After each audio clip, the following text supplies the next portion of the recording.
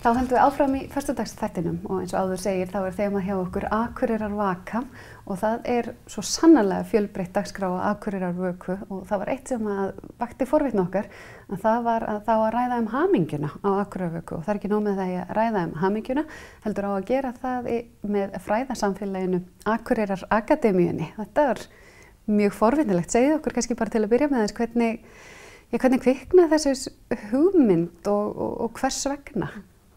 Já, hugmyndin kviknar út frá því og okkur langaði að færa okkur yfir í annað form heldur en þetta hefðbundna fyrirlestraform og langaði að vera með svona samræður sem væri svona meira lifandi kannski form fyrir áhorfendur og út frá því kviknaði síðan hugmyndum að ræða hamingjuna og þá lá náttúrulega beint við að fá Gunnar Hersvein og Eddu Björgvins til að vera aðilana sem myndi sjá þessar samræður og svo þetta bara verkefni búið að vinda mjög mikið upp á sig og orðið stærra og flottara og bara mjög fjölbreytt.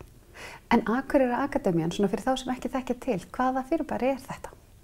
Herðu, þetta sem sagt félag sjálfstætt starfandi fræðimanna á Norðurlandi og við sem sagt rekum húsnæði þar sem við leigjum út pláss fyrir sjálfstætt starfandi fræðimenn bara tiltölulega ódýrt þannig að þarna geta þeir komið hvort þeir eru í námi eða vinna að greinum eða bókum eða hvað þeir eru að gera sjálfstætt starfandi og geta fengið þarna þetta akademíska samfélag sem svo örvandi fyrir hugan og hugmyndaflæði.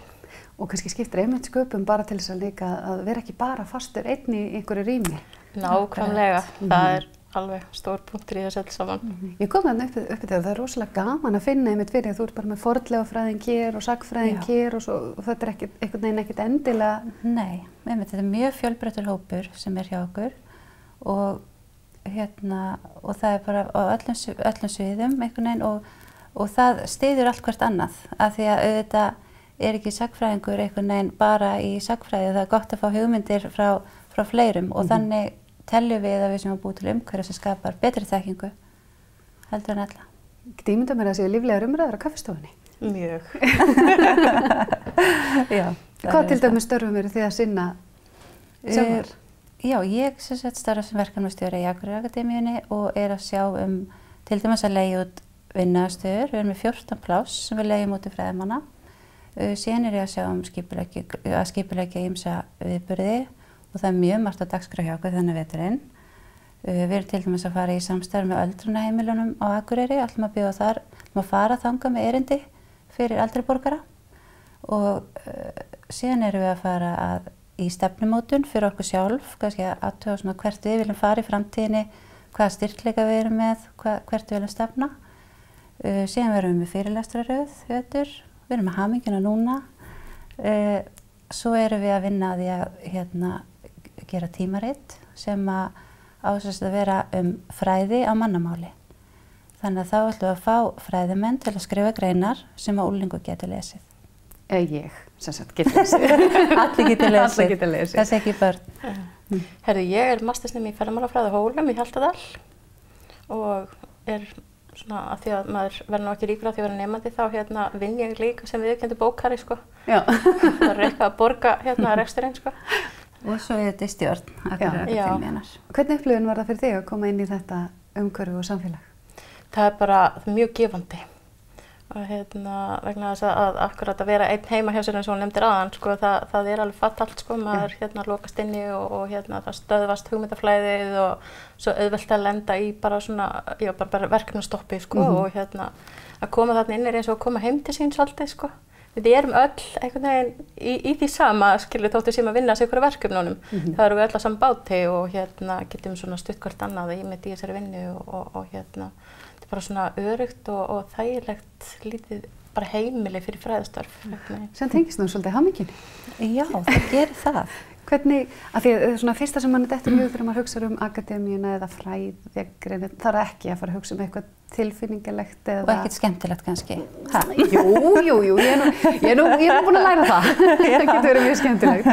En svona kannski ekki að það tengist mjög svona tilfinningalífinu heldur sem að hamingjan óhjákvæmilega tengd. Heldur kannski meira konkrét upplýsingum og rannsóknum og fræðastarfið að segja hægt að sanna það eða rekja það, ertu hamingjusöm. Og það svona, en þetta svolítið spennandi nálgun. Já. Hvaða umræður hafa sprottið? Hvernig? Sko þær hafa verið mjög margskonar og auðvitað nefnilega, við erum kannski betur og betur að sjá það hvað líðan og tilfinningar hefur áhrif á hvernig við stöndum okkur í vinnunni, hvernig við náum að samþætta fjölskyldu og vinnu, alls konar. Hún hefur áhrif á rosalega margt og við erum að mæla hamingju, reyna það á ýmsan hátt og við erum alltaf að vera meðvitaðir að við þurfum kannski að huga að þessu tilfinningalífi okkar og vonandi fræða okkur og Gunnar það, hvernig við getum komið með húmor og gleði og hamingjun í okkar líf.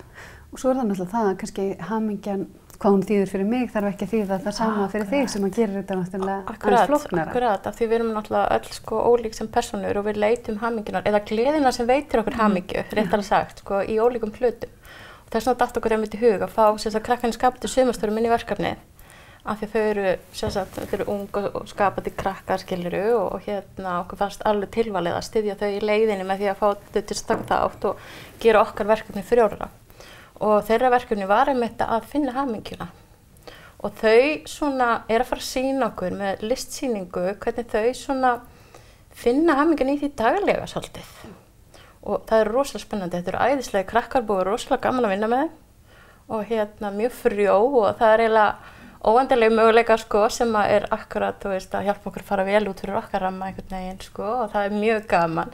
Vegna þess að hamingjan felst oft í svo ótrúlega bara litlum daglegum hlutum, sko. Bara einmitt þessum litlu hversdagslegu hlutum. Sko. Langar að segja ykkur frá því, hún amma mín heitin, Sísí, hún sagði alltaf við mig, sem að ég fattaði nú kannski er svolítið tengt þessu, hún sagði stundu við mig, ég áttaði mann ekkert að því hvað þetta þýddi þegar ég var yngri en hugsa svo oft til seinna, var að hún sagði, Hilda, finnst þér ekki skrítið hvað fólk klappar oft fyrir flugeldasýningum en sjaldan fyrir sólarupprásinni. Nákvæmlega. Og þetta hefur oft verið svona skemmtileg, eitthvað sem ég hef allavega sótt í sjálf. Já, þetta er rosalega falleg gjöf. Hún hafði sagt, þetta er svona, og þess vegna er líka svo mikilvægt að átta sig á því hvað þessi sólarupprás er fyrir þig. Að fólk, og kannski tækifæri þarna, mæta til ykkar og aðeins að bara pæla, hvað þýðir hamingjan fyrir mig? Já, ekki spurning. Og ef að þér tekst ekki að koma, þá vill hún svo skemmtilega til einmitt að við fáum nemendur frá kvikmyndaskólanum til að taka upp fyrirlesturinn og vonandi skjáskot af sýningunum frá krökkunum í Rósenborg líka. Og þetta ætlum við okkur að setja yfir á netmiðil. Og þannig að vonandi verður það bara kveikjan að einhverju skemmtilegu í framhaldi, sko, hver veit. Nákvæmlega. Og heldur lífi í efninu, það verður aðgengilegt. Yndislegt. Bara, þetta er á laugardaginn? Laugardaginn, sem sagt, sýningin frá krökkunum í skapandi sumarstörfum, hún er klukkan 1, opna þá, í hlöðinni Litla Garði, og síðan koma Edda og Gunnar Hersveinn klukkan 2 í hlöðinni. Í hlöðinni Litla Garði? Já. Hjá Hildu og Skúla, þetta er mjög þetta er svo allt svona í sveitinni. Veit ekki allir hvað hlaðan er hjá Hildu og Skúla? Jú. Það er allavega kortinn og Facebookinu fyrir þennan viðburð. Réttur að maður að keyra út á flugvöll til hægri. Já, akkurat. Já, en náttúrulega staðsendingin er kannski góður partur af þeirri stemmingu sem við erum svolítið að reyna að skapa, sko. Ef það er ekki hægt að finna hana í hlöðunni hjá þeim, þá veit ég ekki hvar. Akkurat. Takk fyrir komuna. Takk fyrir að koma út okkur. Og við höldum áfram í föstudagsþættinum eftir augnablik.